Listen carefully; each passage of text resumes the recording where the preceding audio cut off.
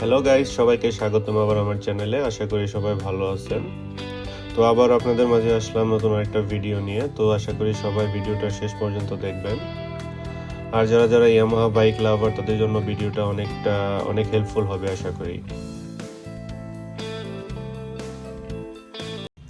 তো বাংলাদেশের বাইকারদের জন্য একটা ভালো সময় যাচ্ছে।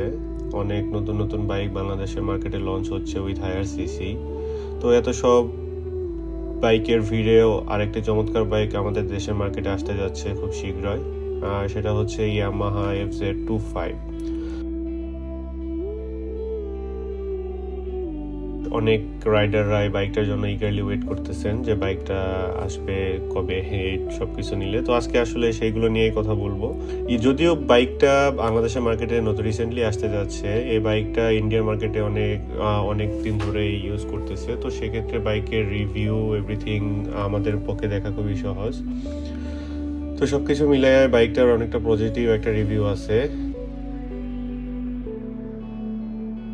তো চলুন কথা না বাড়িয়ে বাইকটা ডিটেলসের দিকে চলে যায়। তো প্রথমে আসি বাইকটার লুকস। ইয়ামাহার বাইকের লুকস নিয়ে কখনোই কোনো কমপ্লেন ছিল না। অন্য সব কিছু স্পোর্টসি লুকের মধ্যে ইয়ামাহা সবসময় নিজেদের ঐতিহ্যটা ধরে রাখে। তো এই বাইকটার ক্ষেত্রেও সেরকমই আছে।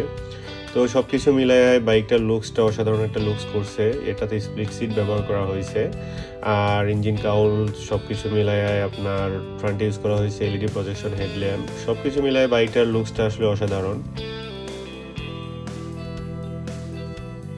তো যেমন বললাম, বাইকটার ফ্রন্টে ইউজ করা হয়েছে এলইডি প্রজেকশন হেডল্যাম্প, আর পেছনে ইউজ করা হয়েছে এলইডি টেল ল্যাম্প। শুধু ইন্ডিকেটর লাইটগুলা আপনার স্টিল হ্যালোজেন ইউজ করা হয়েছে।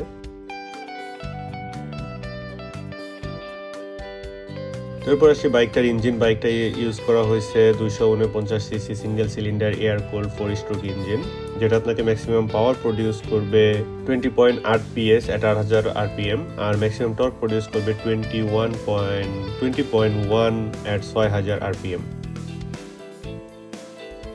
বাইকটার ফ্রন্টে ইউজ করা হয়েছে টেলিস্কোপিক সাসপেনশন, আর বাইকটার পেছনে ইউজ করা হয়েছে অ্যাডজাস্টেবল মনোশক সাসপেনশন।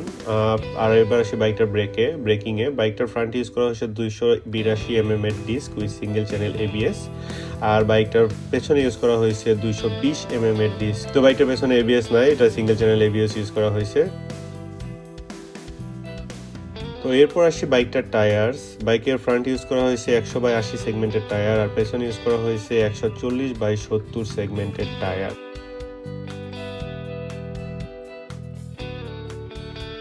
বাইকটাতে ইউজ করা হয়েছে ডিজিটাল কনসোল, যেটা আপনাকে স্পিডোমিটার, টেকোমিটার, ট্রিপ মিটার সবকিছু ডিজিটাল ইউজ করা হয়েছে। তো সেক্ষেত্রে বাইকটার কনসোল নিয়ে কোনো প্রবলেম হবে না, এটা মোটামুটি ইনফরমেটিভ। বাইকটার ওভারঅল হাইট হচ্ছে 795 mm, যেটা 5 ফুট 5 প্লাস লোকদের জন্য কোনো সমস্যা হওয়ার কথা না। বাইকটার টোটাল ওয়েট 153 কেজি, আর বাইকটাতে গ্রাউন্ড ক্লিয়ারেন্স দেওয়া আছে 160 mm, তো সেটা মোটামুটি ভালো। এটাতে অয়েল ক্যাপাসিটি হচ্ছে 14 লিটার, আর বাইকটার মাইলেজ পাওয়া যাবে মোটামুটি approximately around 35 kilometre per litre. তো বাইকটার প্রাইস বাংলাদেশের মার্কেটে অ্যারাউন্ড 3 লাখ প্লাস হওয়ার কথা, 3 লাখ টু 3,50,000। তো ইয়ামাহা বাইকের প্রাইস সবসময় বাংলাদেশে বেশি থাকে। তো সেক্ষেত্রে আশা করবো ইয়ামাহা এই বাইকটার জন্য অন্তত একটা রিজনেবল প্রাইস সেট করবে। তো এই ছিল বাইকটার মোটামুটি একটা বেসিক ভিউ। সব কিছু মিলায় বাইকটা খুব শীঘ্রই বাংলাদেশের মার্কেটে লঞ্চ হতে যাচ্ছে। আশা করা যাচ্ছে 2025 এর ফার্স্ট কোয়ার্টারে বাংলাদেশের মার্কেটে বাইকটা লঞ্চ হবে।